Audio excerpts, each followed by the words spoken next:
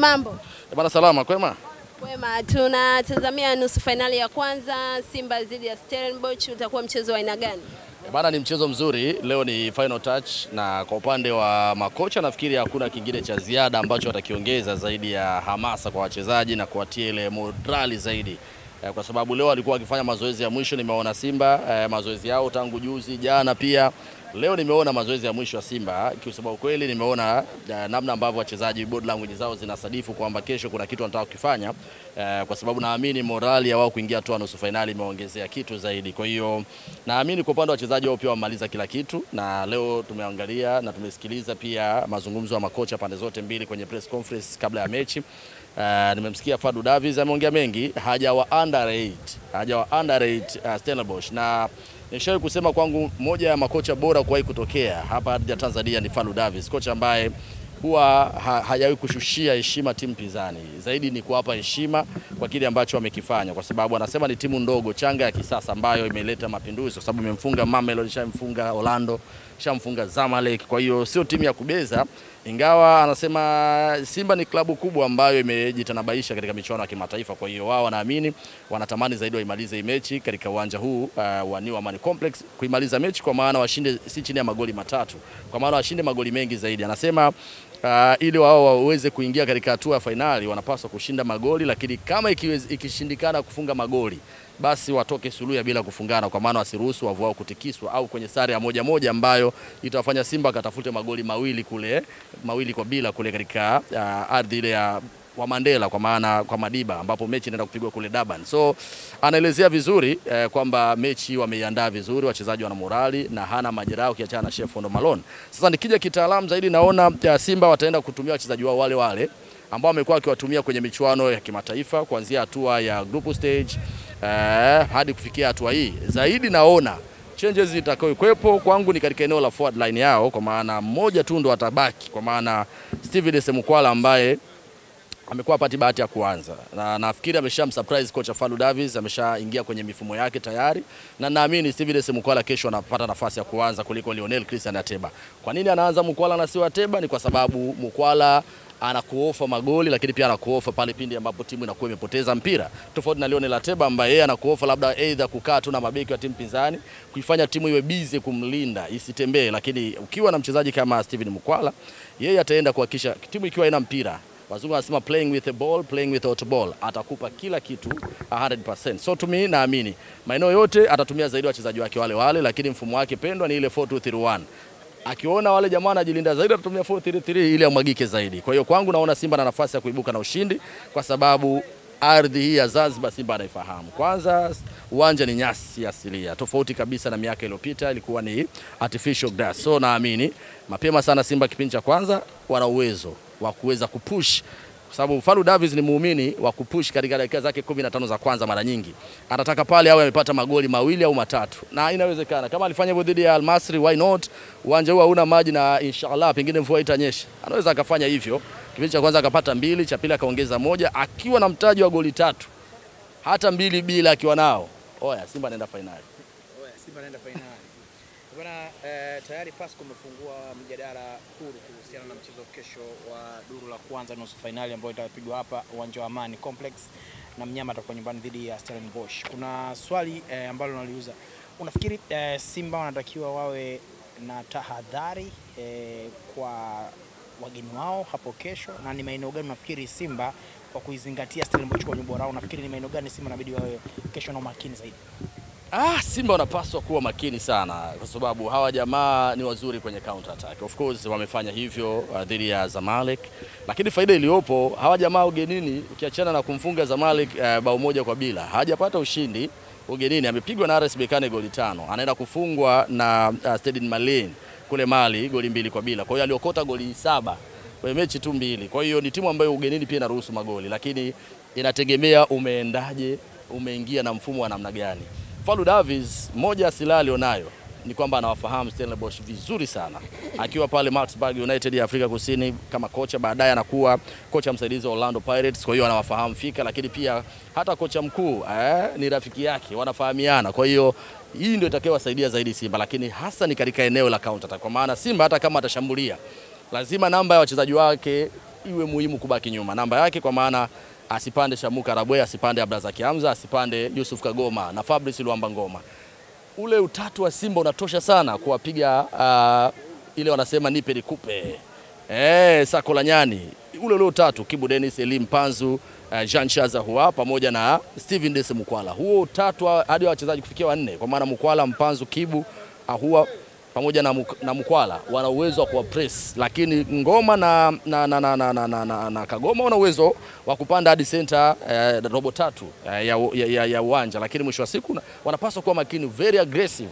Wanapokuwa wanapoteza mipira wawe tayari zaidi, wawe na utayari wa kwenda kuokoa hiyo mipira, kwa sababu wale jamaa wako vizuri sana kwenye set pieces, pia wako vizuri sana kwenye counter attack, wana wachezaji wenye kasi sana. Kwa hiyo wakati wanaenda kushambulia, wakati wanafanya high pressing, wanapaswa kulinda vizuri, kwa maana kuacha idadi ya wachezaji wanaotosha kwa ajili ya kuweza kuhakikisha wanasikiwa hizo counter attack ambazo wamekuwa wakizifanya. Langu lingine kwamba Simba hajacheza mchezo wa ligi kuu kwa muda sasa. Mchezo wake mwisho ni hatua ya robo finali ya kombe la CRDB Federation. Kitaalam uone Simba inaweza kukosa mechi za karibu zinaweza zikaathiri chochote, au kwako una mtazamo gani kwa Simba kutoka kucheza mchezo wa ushindani kuelekea mechi zake hizi za mashindano ya kimataifa? Yani it's a good factor kwa sababu Simba tangu amecheza na Mbeya City, of course hajacheza almost karibia wiki nzima, anamsubiria Stellenbosch karibia wiki na nusu, inakaribia wiki 2, lakini wale jamaa wamecheza mchezo wao dhidi ya Mazulu na wakashinda. Kwa hiyo kuna athari ipo, na hii ni hasa pale kugain momentum katika zile dakika 15 za kwanza. Sababu wanasema momentum ni ile gari kuchanganya. Gari kuchanganya ikikuchukua muda, gari linakuja kuchanganya leo labda dakika ya 45 kipindi cha pili, wakati hujapata chochote, inakuwa ni ngumu sana, kwa sababu pia mpinzani atakuwa ameretain energy yake, mpinzani atakuwa amewasoma tayari, inaweza kawa ngumu. Lakini naamini kwa Simba, kwa sababu ameshawahi kufanya hivyo mara kadhaa. Hata mechi yao dhidi ya wale Al-Masri, unakumbuka hawajacheza mchezo wote, walienda kule walifungwa goli 2. Uliona uchovu wa wachezaji wengi wa Simba walikuwa wamechoka, lakini kipindi cha pili walirudi tayari wakiwa wamegain momentum. Sasa mimi natamani kuona Simba hii ambao hawajacheza mchezo wote mara baada ya CRDB dhidi ya Mbeya City, kesho hawapaswi kusubiria kipindi cha pili kugain momentum. Kwenye mazoezi yao hayo waliyofanya, kwenye warm up ambao wataifanya, wanapaswa kuhakikisha wametota, wameshiba kweli kweli, kuhakikisha kipindi cha kwanza wanakuwa na hifadhi ile nishati ya kutosha, lakini pia lazima wa gain momentum kuanzia dakika 15 zile, kwa maana ya kwanza hadi 15 za kwanza, ili kuhakikisha unamfungua yule jamaa, kwa sababu jamaa akikaa chini ni ngumu sana kumfungua. Lakini ukifanikiwa kumfungua dakika 15 za kwanza, ukampiga la kwanza, anafunguka. Akishafunguka tu ndio unaenda naye sako kwa bako, ukimpiga 2 maisha yanaendelea. Lakini huu taratibu wa Simba mimi sijaupenda, kusema kwamba eti wakiwa wacheza michuano ya kimataifa wasicheze mchezo wote wa ligi, wasicheze mchezo wote wa michuano yote, kwa maana CRDB Federation ina cost zake.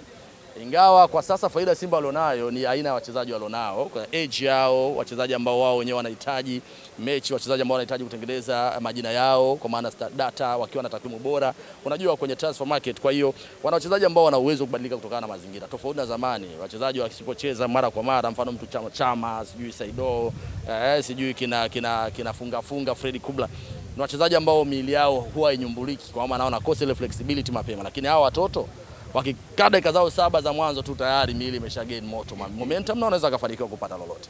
Elim Panzu, unaona atakuwa na usiku mwingine wa maajabu katika uwanja huu wa kisasa kabisa wa Amani hapa Zanzibar. One of the best players, na ndio mchezaji ambaye anazungumzwa sasa hivi. Stellenbosch wao wanasema ndio mchezaji threat kwao. Ndio mchezaji threat kwao. Kwa nini? Kwa sababu ameprove hilo ndani ya muda mfupi dhidi ya kikosi cha timu ya Constantine, dhidi ya wale jamaa kuitwa Al-Masri. Kwa hiyo ni mchezaji ambaye ana balaa, na uwanja unamruhusu kutembea. Bila shaka mvua haitanyesha, kwa hiyo atakuwa anatembea. Ile ni jeshi ya kivita. Ana uwezo wa kufunga, ana uwezo wa kuassist, na kesho naona magoli yake 2. Yani kama akiwa na utulivu, Elim Panzu unajua ana faida nyingi. Kwanza ana faida ya kupiga pasi za mwisho. Pili ana faida yeye mwenyewe kuingia kwenye 18, kuondoka na umati wa watu. 3 ana uwezo wa kupiga mbali. Kwa hiyo naona goalkeeper wa timu ya Stellenbosch ni mrefu, unafahamu yule jamaa na Stevens, yule jamaa leo alikuwa kwenye press conference, madevu, ukiona jamaa liko kama kocha, ukimwangalia sababu ni goalkeeper au kocha, lakini urefu wake ule mwamba ni mzuri sana kuokoa mikwaju ile ya one versus one situation, ile mnakutana naye uso kwa uso, ana uwezo wa kupunch. Lakini ukimpigia za chini hapa kati ya kidevu ni mzito, unapasua tu pale, unaondoka nao. Kwa hiyo mimi naamini mtu kama Mpanzu, Kibu Dennis, Mukwala, hata huyo Jean Chaza Hua ana kazi ya kuifanya. Mimi naona mbona Simba kesho anaweza kumpiga jamaa si chini ya goli 3. si chini ya goli 3 ampige yule jamaa. Uwanja wa Benjamin Mkapa na ukichukua uwanja wa Amani Complex, uwanja wa Amani hapa kuna kitu kiko tofauti kidogo. Tumetoka kwenye uwanja ambao Simba ameuzoea kuutawala kwenye mashindano ya Afrika kwa vilabu, pia una nyasi za asili, umeelewa? Unaiona nafasi ipi kwa uwanja huu wa Amani kwa maana ya infrastructure, lakini pia geography yake, lakini pia namna nyasi zake ambazo zilivyo? Simba wana nafasi ya kufanya kile au unafikiri watakuchukua muda kuuzoea uwanja huu? Simba uwanja wanaofahamu of course, kwa sababu alishacheza michuano, kombe la Muungano, kombe la Mapinduzi. Msimu uliopita alichukua kombe la Muungano.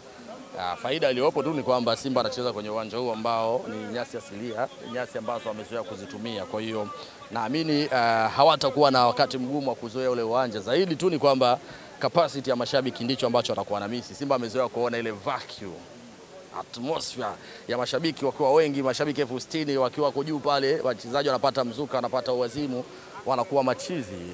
Lakini hapa mashabiki 15,000 tu, jukwaa la Urusi lile pale, lingine lile pale. Kwa hiyo ukiangalia hicho labda ndio kinaweza kikawafanya wakapoteza vibe, lakini mashabiki hao 15,000 wakiwepo na wakahanikiza kwa wachezaji wa Simba, naamini ushindi utapatikana. Kama unakumbuka kocha alisema kwamba bana yeye atakachokimisi ni 60,000 ya mashabiki, capacity ile ambayo amezoea kuiona, lakini all in all anaamini kwamba wachezaji watampa kile ambacho anakihitaji katika hiyo mechi. Milioni 20 ya mama.